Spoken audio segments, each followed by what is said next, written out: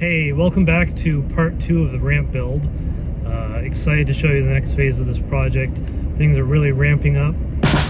Sorry, I had to. Somebody asked for more jokes, and what the people want, you gotta give them. So, but no, I just want to say thank you for all the comments and feedback.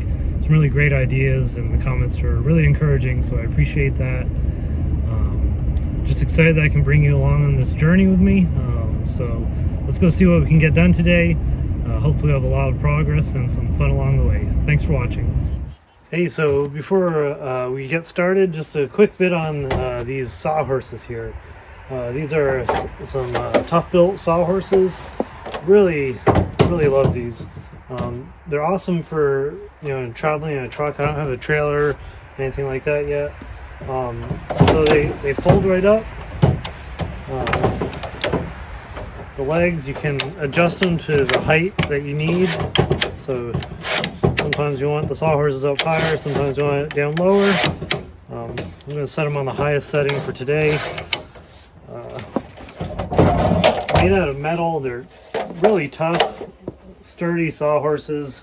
I don't know what the weight rating is on it, but I'm sure right here, 1,300 pounds they can hold. Just super convenient. And just one of the things that make my job a little bit easier, and in the end that helps the customer because it makes me a little more efficient. So just thought I'd share that with you.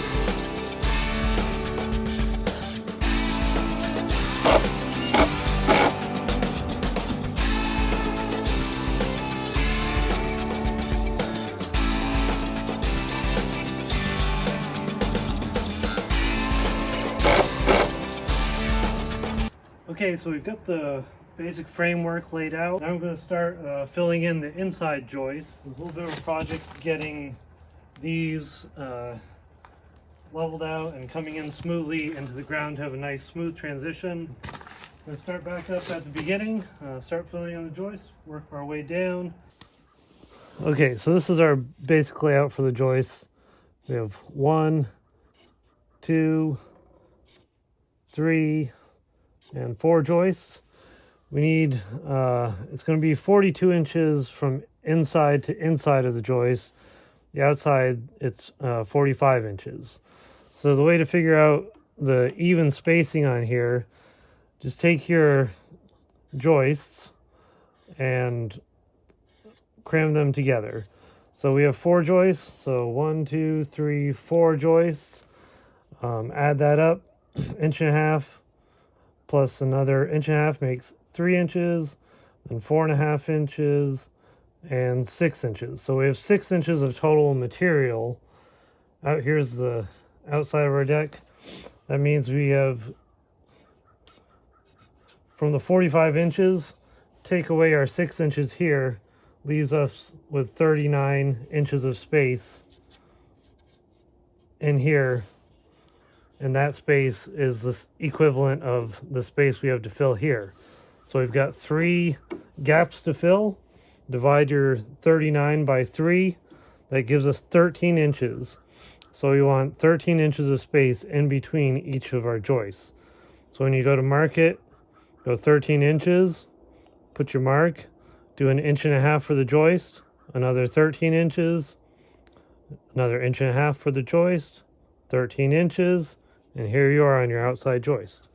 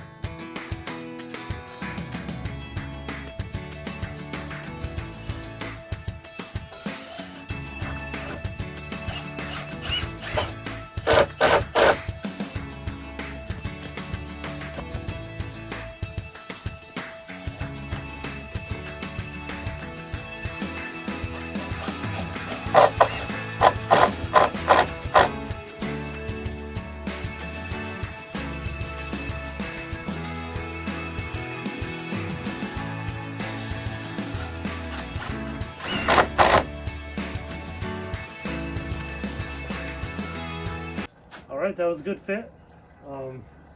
Thankfully, when they came, usually you order a 12-footer, it's got an extra ½ inch, maybe an inch on it. When they delivered these, there were, I think it was 4 of them, they were ½ an inch under 12 feet. But thankfully, because we've got the header here, actually the measurement came out just under 12 feet, so it worked out perfectly. Thankful for that. I'm going to get the other one in here and then put the joist hangers on. Looking good.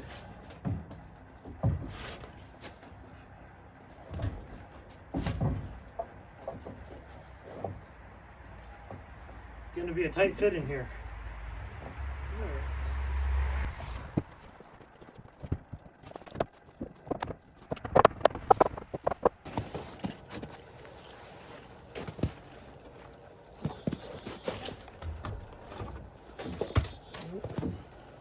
Need that.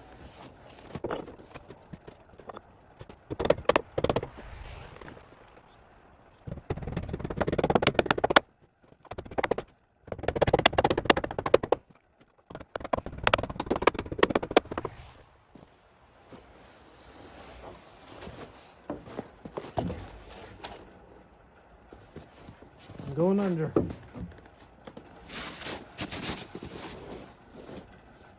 Nothing like sitting in cold, wet snow.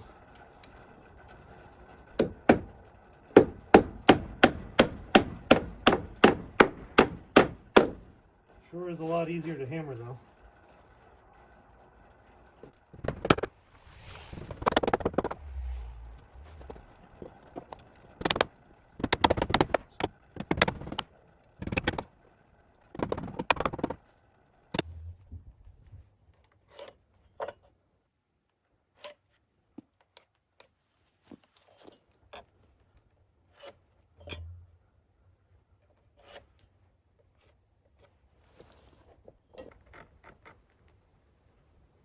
And down here, it's kind of like what they say in math when you're doing an equation.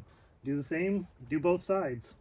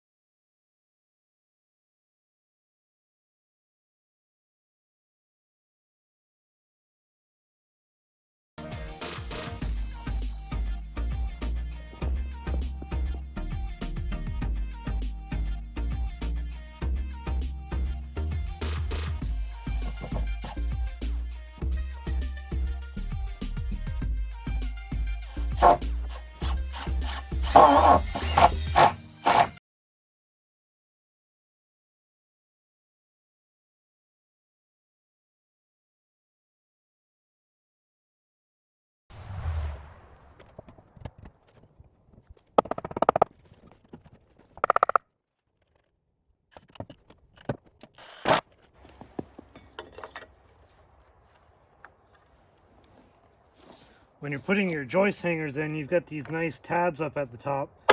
You can just pound those in, and that way it stays in place. Really a nice feature.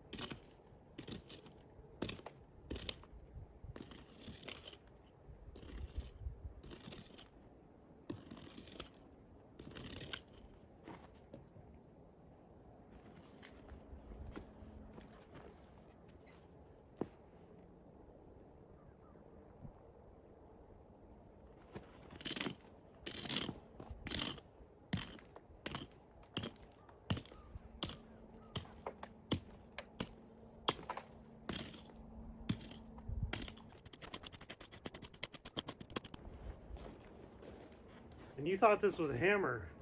Nope, it's a joist digging tool. The ground has actually thawed out quite a bit from when I was here the other day, so might be a little easier than I thought.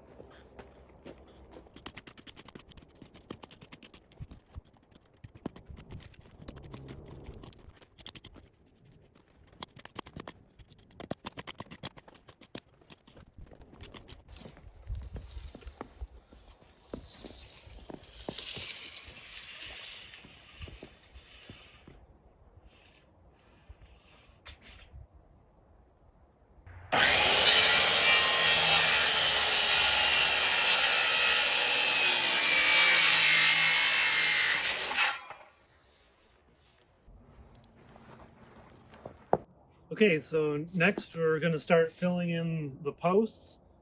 Currently the posts are just at all the joints and at the platform. So we need a post every 6 feet for the handrail spacing. Some of the posts won't have to go all the way to the ground because we only need 8 feet down to the ground. So we'll be filling one in 6 feet. Then we'll come, we've got the one at the joint here at 12 feet.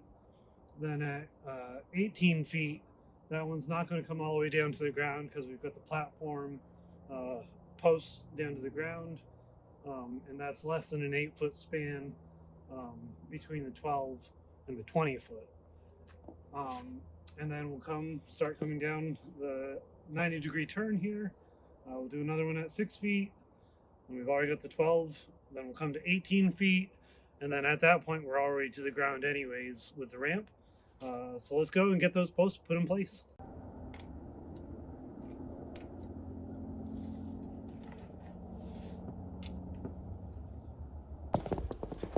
Okay, so I have my 6-foot center mark there.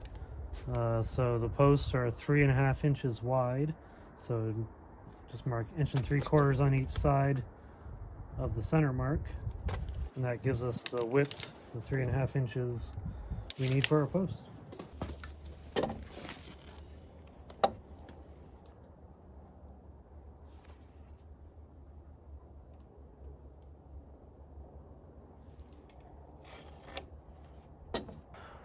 I should have gotten a shot of this earlier, but this is the lumber pile. Still quite a bit there, but this is how I gauge how close I'm getting to being finished, how small the pile's getting.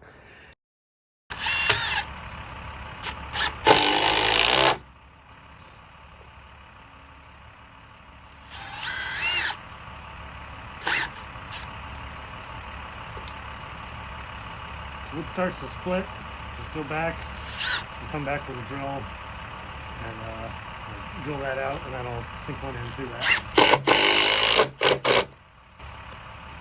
Generally, these have no problem and they don't split the wood.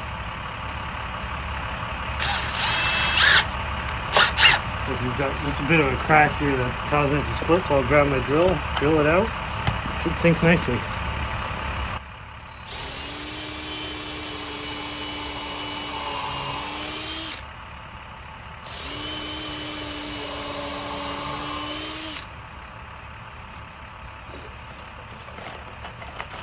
Alright, let's see if we can dry this without splitting it now.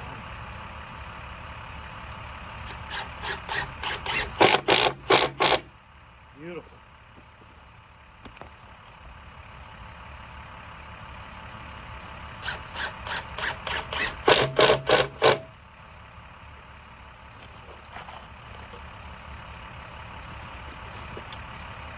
So the interior, I'm using a 2 7/8 inches, and I'm coming from both sides.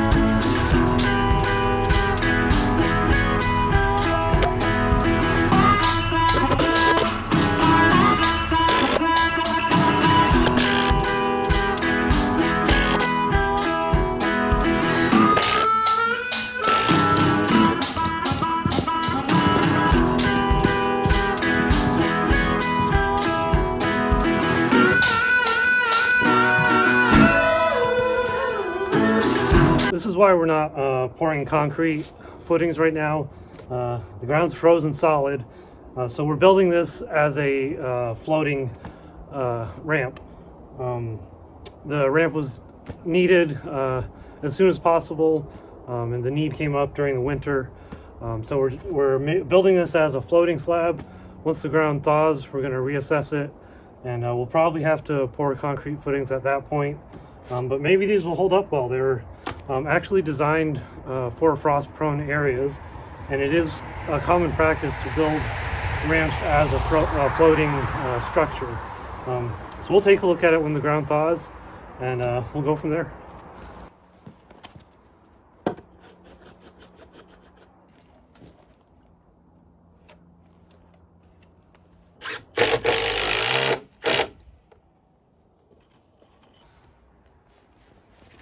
So one thing you want whenever you're building a deck or a ramp or something like this is a nice impact driver. I just recently purchased this one. It's the Milwaukee Fuel impact driver. I actually bought the Surge impact driver first. It's made by Milwaukee, but I ended up returning it. I didn't realize it's intended for different purposes. It's a hydraulic impact drill, and so kind of I guess the main feature is it's quieter and it's a little gentler on your hands, doesn't have quite as much impact, but it didn't have as much power. And watching some reviews on YouTube, it actually wasn't able to drive the lag screws all that well. So I returned it and got this, which is exactly what I want. I love it. It's a great drill. Would highly recommend it. Okay, so this is our first post that doesn't go down to the ground. So I'll show you. This is notched a little differently. My phone's getting low on battery, so I didn't get to record notching it out, but I've got another one like this to notch, so hopefully I'll get my phone charged and you can see it getting notched out. But so that's what the notch looks like. Slide it right in there and started. Tight.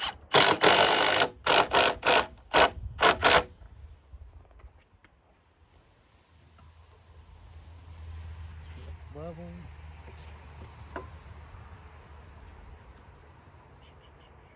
It's not. There.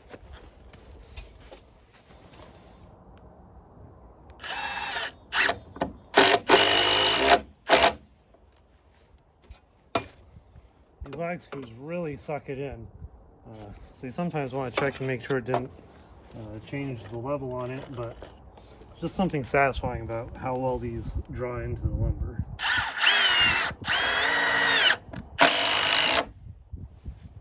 You can actually use them to make some fine adjustments to the levelness of the post, and that's right on.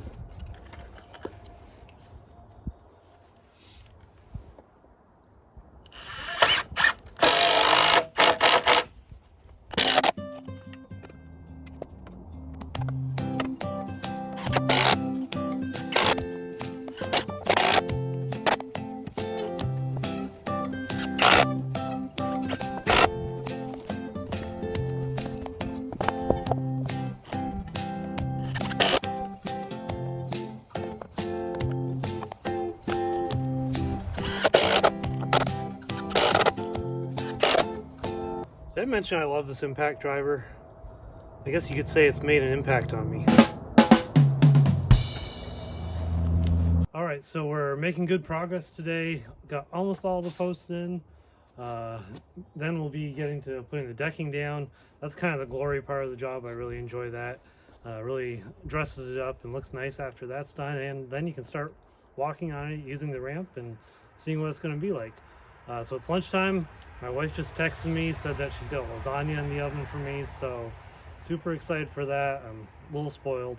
I'm working close to home for this job, so it's really nice to get to go home and stop and see my wife and the kids. So I'll be back after lunch.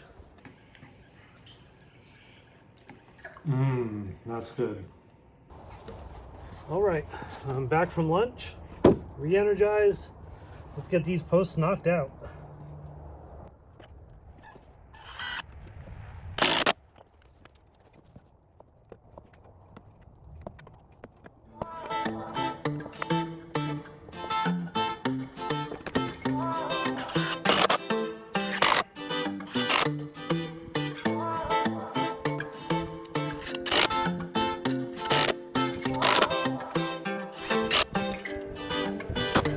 Okay, so originally the plan was going to put a post right here, so the railing would tie in, and then you have a 90-degree turn, and it would connect into this post.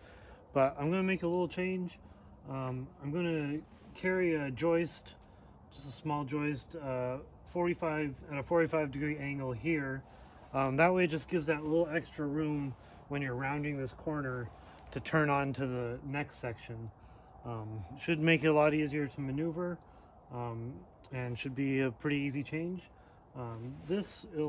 We'll want to do a double miter bevel cut, so it'll be 45 degrees, and then I'll just have to do a 4 3/4 degree angle here to get it to drop down to the level that this platform's at. So yeah, I'll go cut that and then we'll put it up.